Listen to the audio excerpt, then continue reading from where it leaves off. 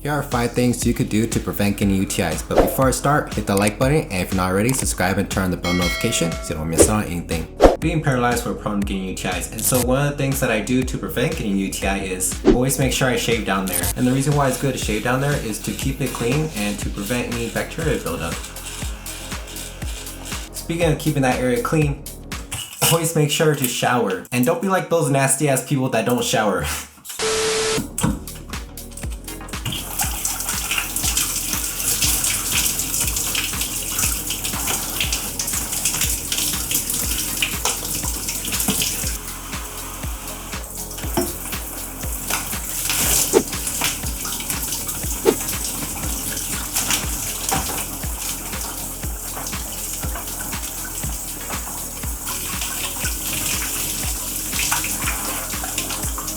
Now for the third thing is always make sure your bladder isn't full, and a good way to tell it's not full is to make sure with a urinal it's no higher than 500 milliliters. But if you don't have a urinal, a good way to test to see how often you should cath is to see how often you're peeing yourself. If you're peeing yourself every 7 hours, then you should cath every 6 hours, and if you're still peeing yourself, then you should cath every 5 hours, and so on. Now for the fourth thing, make sure you're not using a cath kit or have it fully cathetered. So this is garbage.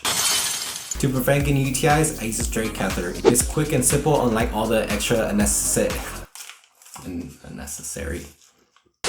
How I prevent getting UTIs is I use a straight cath. It's simple and easy without all the extra unnecessary stuff, such as a cath kit. So in rehab in the hospital, they teach you clean glove, dirty glove. Don't listen to them.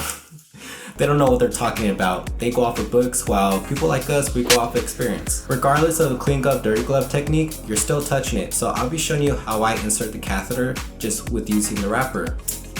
So I just peel one side, rip the other end. I peel it about an inch or two. I just use an iodine, lubricant.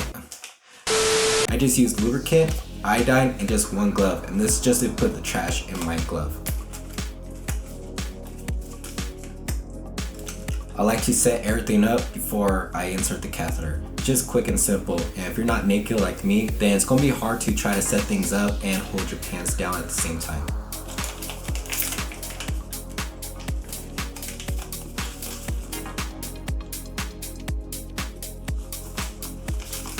So I just pull the wrapper back, and then I just feed it in.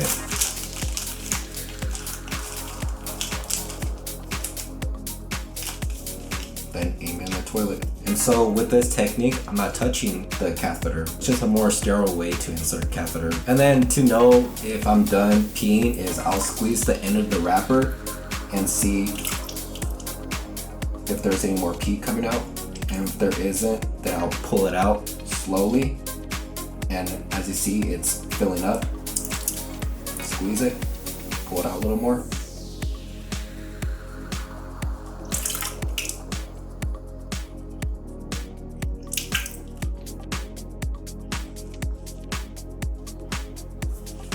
So always make sure you pull it out slow to make sure you get the bottom of your bladder. And just squeezing the end of the wrapper is just easier to see if it's being filled up.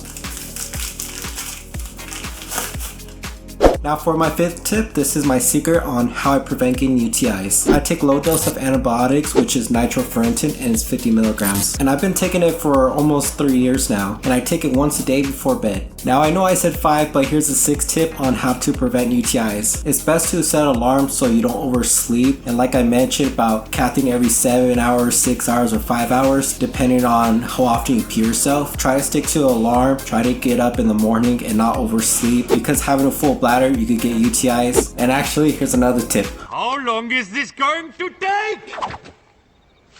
Always make sure you're drinking water to flush out your system. Anyways, those are my tips on how I prevent getting UTIs. Leave in comments below what are some things you do. So last week I had an appointment which was 4 stories up, and a couple minutes after getting off, the power went out. And after my appointment, the power was still out, so they had to call the firefighter to carry me all the way down the stairs. So if you haven't seen that video yet, you could click right here. If you want to know how I'm able to do my bowel movement in less than a minute, then click this video right here.